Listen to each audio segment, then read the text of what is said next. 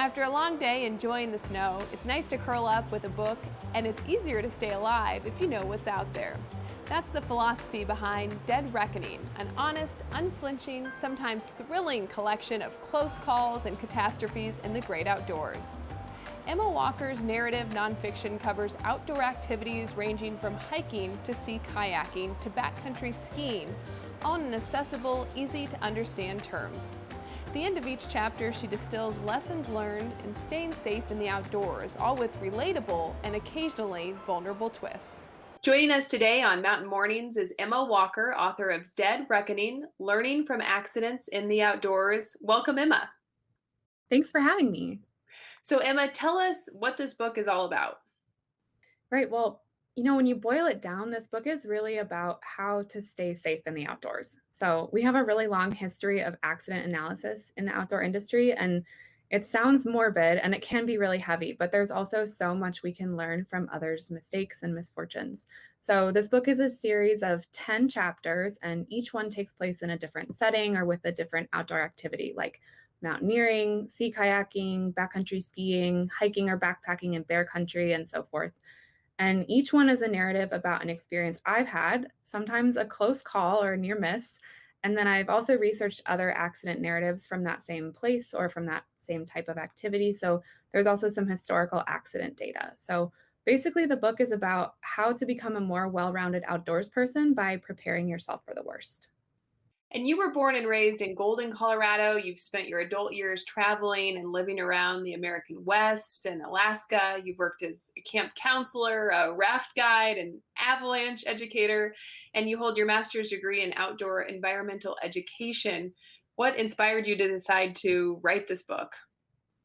Well, I'll never forget being a 22-year-old intern at the American Alpine Club and picking up a copy of Accidents in North American Mountaineering for the first time. So it's called Accidents in North American Climbing now, but it's the AAC's annual publication that contains accident narratives and analysis from the whole previous year. So I was instantly fascinated by it. I was so interested in reading the narratives and thinking about what people were thinking as they had these accidents, and I couldn't put it down. I was sort of morbidly fascinated. At some point, I kept feeling like I was reading the same accident report over and over again. And it was some variation of a person doesn't have the training or equipment they need to go into the backcountry. They go into a popular backcountry area, and then they're unfortunately killed in an avalanche. And man, I got really sad and tired of reading that same report because I felt like there must be some way to get through. So um, I started thinking, climbers read accidents in North American mountaineering and backcountry skiers read the snowy torrents, but how can we get through to people who don't necessarily think of themselves as being part of one of those groups to begin with? So how can we introduce people who are new to outdoor sports or who are ready to kind of take it to the next level to thoughtful accident and analysis in a way that isn't totally overwhelming? What's one of your favorite stories from the book? Ooh, that's tough. There's some that I am a little embarrassed by still, so I hope people will learn from them. But one that I think ended up making for a good story, but was a tough call at the time, was a couple years ago. My husband and I went to do a winter Nordic skiing trip in Yellowstone National Park. So we planned to spend the night out, and about a mile and a half into our ski out, we came across a very freshly killed elk that it turned out had been killed by a mountain lion. So I really didn't want to have a run in with a mountain lion in the winter backcountry in Yellowstone National Park. And the story from the book is sort of about using our knowledge of the winter backcountry to kind of unravel the mystery of what had happened.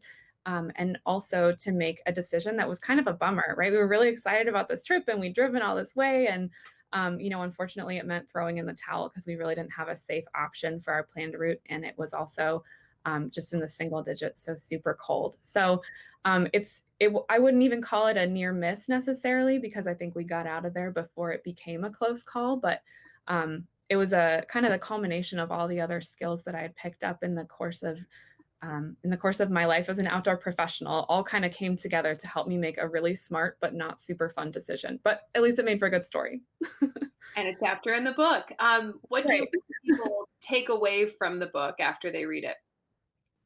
Well, the number one thing I hope people take away from Dead Reckoning is that the best way to survive an accident is not to have one in the first place. I know that sounds really simple, but obviously, easier said than done. So I've laid out lessons learned in each chapter with the aim of helping readers think about how to prevent an accident from happening. And by internalizing those lessons and skills, you're adding another important safety tool to your own personal risk management plan in the outdoors. Emma, where can people place an order for your book?